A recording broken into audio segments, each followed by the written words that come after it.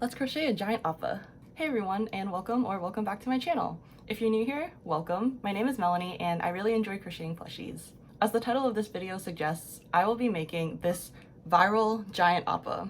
If you're on social media, you've definitely seen it, and as soon as I saw it, I knew I had to make it. I bought the pattern when it was originally released back in February, and it's been on my personal to-do list for a while, but I figured now would be the right time to start on it because drumroll, I will be tabling at my first artist alley. I will be joining the artist alley for Anime Week in Atlanta in October, which is in a couple months. So I'm really excited, but I'm also really nervous and in full-on prep mode. I only have a couple months, but there's a lot of inventory I need to make. So I will definitely be showing all of you my process of prepping and getting ready for that weekend, and also my experience for the whole weekend.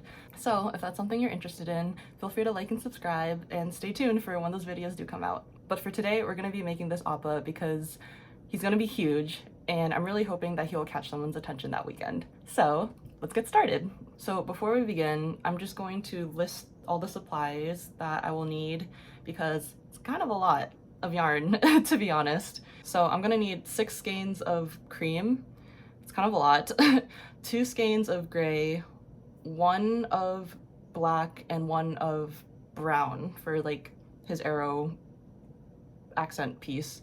It's 10 skeins of yarn. It's kind of a lot. If you think about it, this pattern uses burlap blanket, which can be like $10 a skein if you buy it at regular price.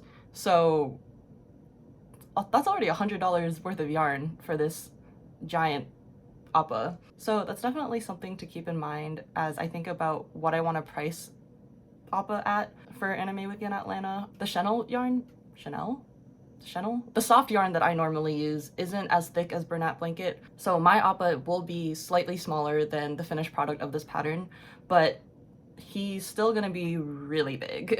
I have a confession.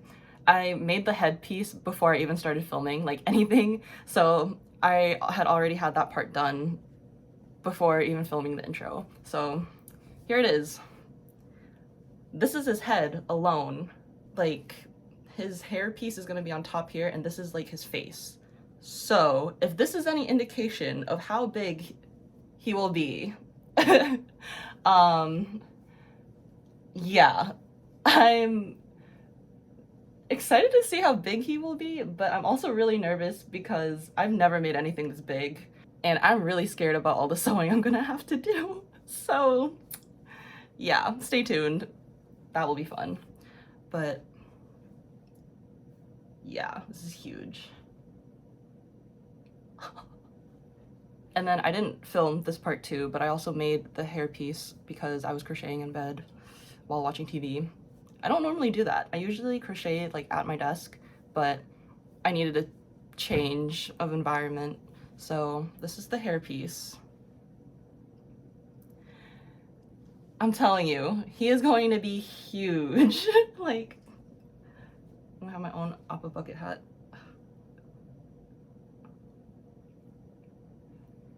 His head is gonna be bigger than my head. Like, my God.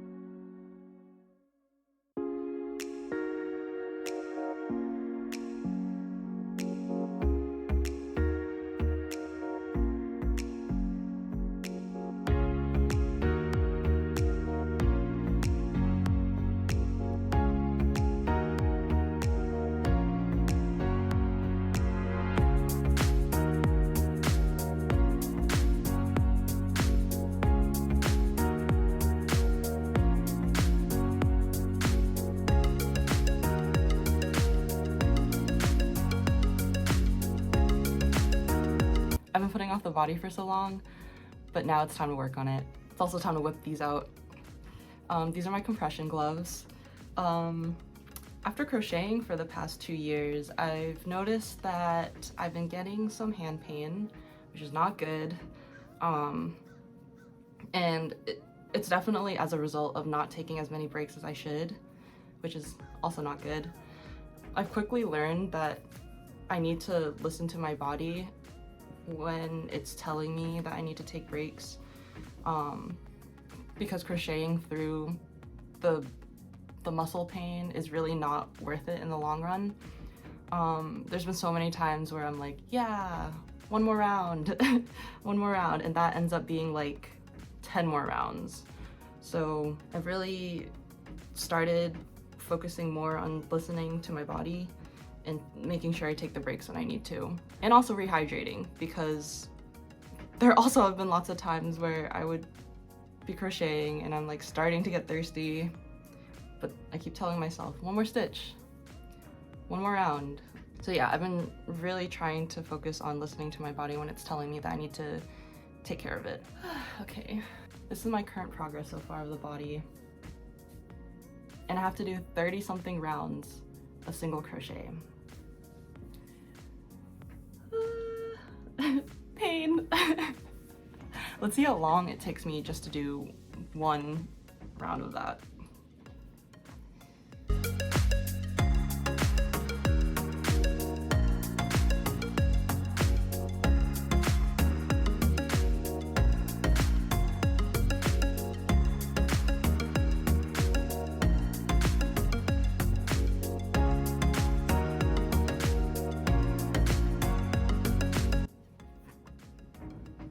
Oh no, there's a knot.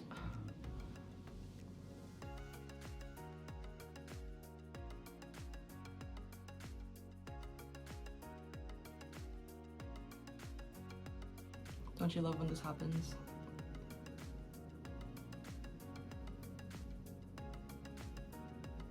Oh my god.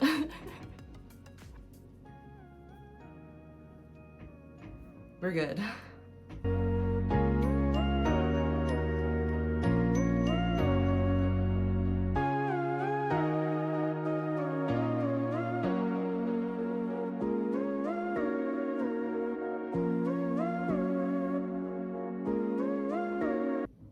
Done with one round. Even with the knot, that took like 4 minutes just to do one round of the single crochet. Not too bad. Time to keep going.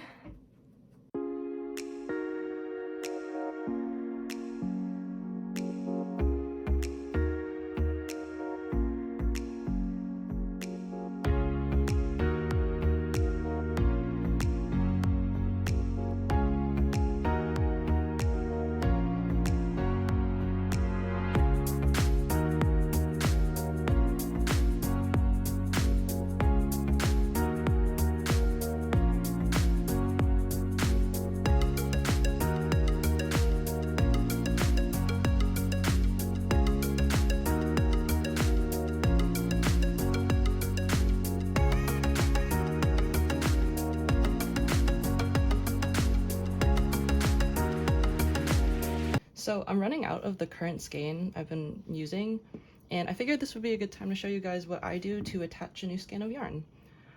So I actually looked up a YouTube video to do what's called the invisible knot, which has actually been super helpful and probably the easiest and best way to attach a new piece of yarn, in my opinion.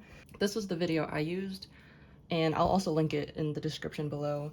But basically, what you do is you take your 2 pieces of yarn, you put the old one at the top, the new one that you're attaching at the bottom, and you basically make 2 knots. You loop them both together and then you pull them through. So I start off with this bottom piece and I make 1 loop here. It doesn't matter how long the yarn tail is, you can cut it off, but I just usually leave like a little piece and don't really cut it off. And then use the old piece and make a loop into the new piece that you're attaching, and then pull it tight. Now you have your two pieces, your two knots, and now you just pull together, and now they will not break apart. And now you've attached your new skein of yarn, and you can continue crocheting as normal.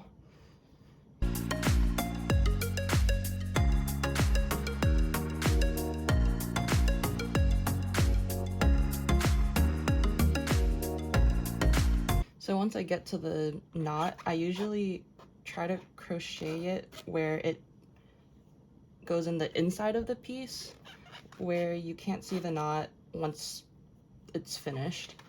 So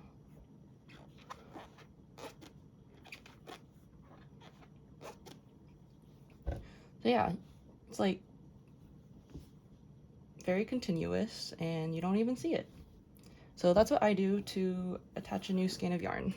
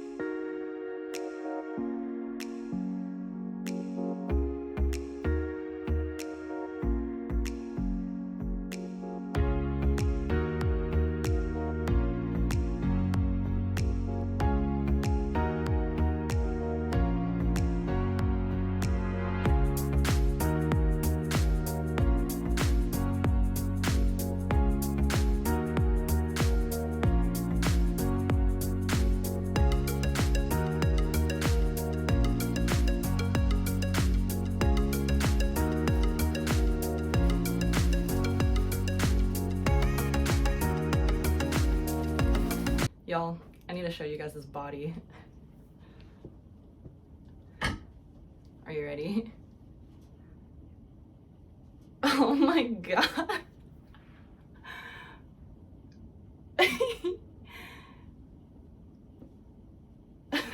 This body is as big as my body. Oh my goodness. I haven't done the tail yet, so I need to finish that first, but just wanted to show you all current progress. This is gonna be so huggable. I'm so excited. So I've already done 5 legs and I've been putting off the 6th one until I could finally film it. And now I can, so let's do the 6th leg.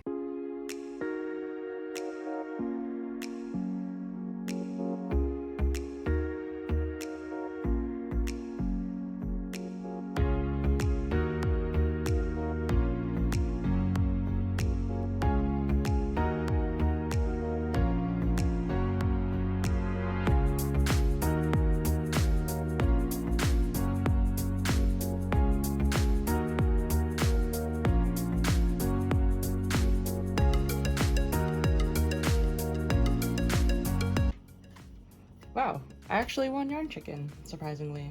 I only had a little bit left, but I made it. Nice.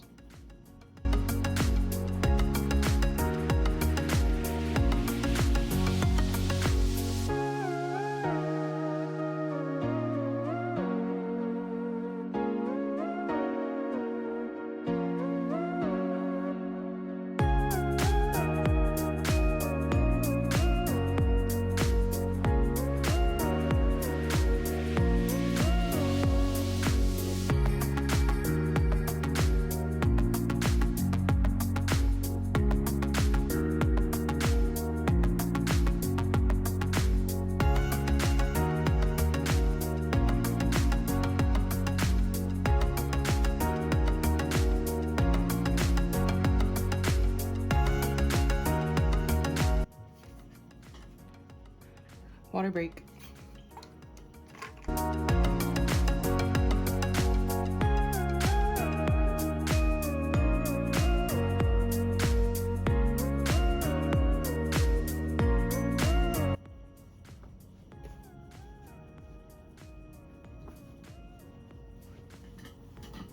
All 6 legs are done now. Woo! Hello.